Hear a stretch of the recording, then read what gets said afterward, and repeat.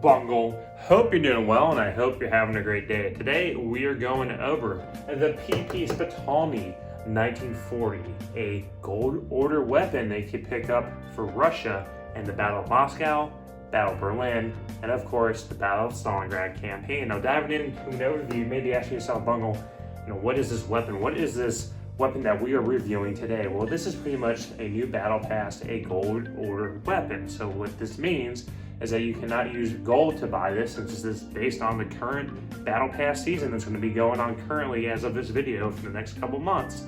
So you're going to have to get a gold order to unlock this. Now this weapon is a submachine gun, as I stated earlier. It's going to be in various campaigns for Russia, the Battle of Moscow, Battle of Stalingrad, and the Battle of Berlin. Now, you may be asking yourself, what's the deal here with the Shpitalniy 1940? What's the background, the story behind it?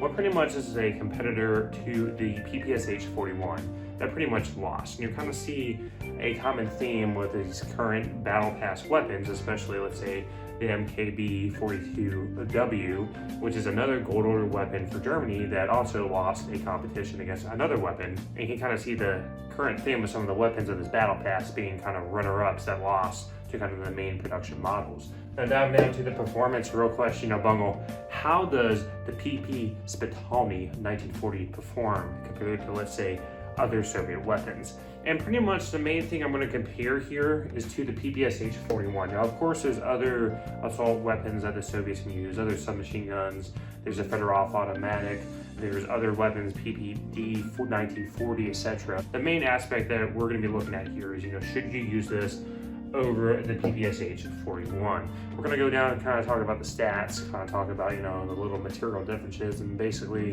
based on my gameplay, how I felt playing it, is it better than, let's say, the PPSh 41? So kind of starting off with talking about the PPSh 41, already fully maxed out PPSh 41, the RPM is going to be 1,150 rounds per minute. You also have 71 rounds, the 71 round magazine. You also have vertical recoil of up to 20, and then you, of course, have horizontal recoil up to 9.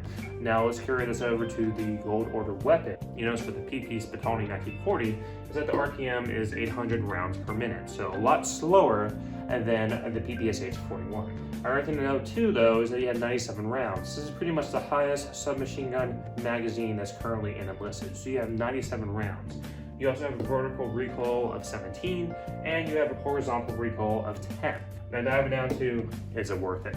So this is kind of the big debate here, the great debate. Should you go and consider redeeming your gold order that you get this season for this weapon?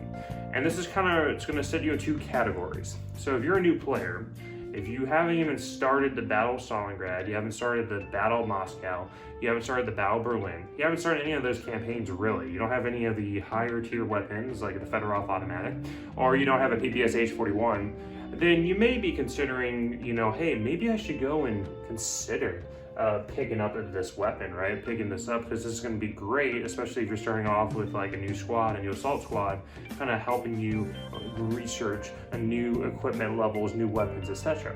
But if you're an experienced player, you already had the PPSh 41, you already had a Fedorov automatic, you have separate campaigns, right? Especially the PPSh 41.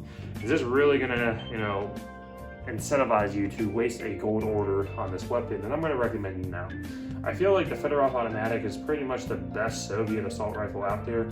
PPSh 41 too is very reliable. It's always good in every single campaign. And personally, I'd rather take the RPM on that weapon over the Shpitalniy 1940, because the RPM really does save you in situations where you get more than one squad attacking you. And that is very, very common in enlisted, especially if you're defending objectives.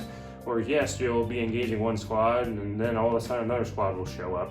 And having that RPM does help with managing crowd control, but also dissuading enemy soldiers from kind of rushing you or pressing onto you.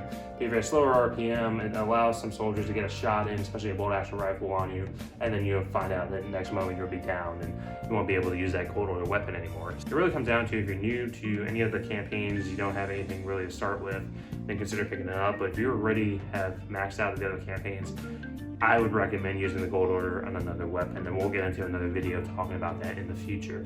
But other than that, if you reach this point in the video, new viewer, pause and subscribe. Hope today is the day that I read your subscription. Have you sub and mash that like button? It does help me with the YouTube algorithm. Returning sub, returning viewer, and let me know your thoughts. Other than that, I hope you all have a great day. Thanks for stopping by. Take care.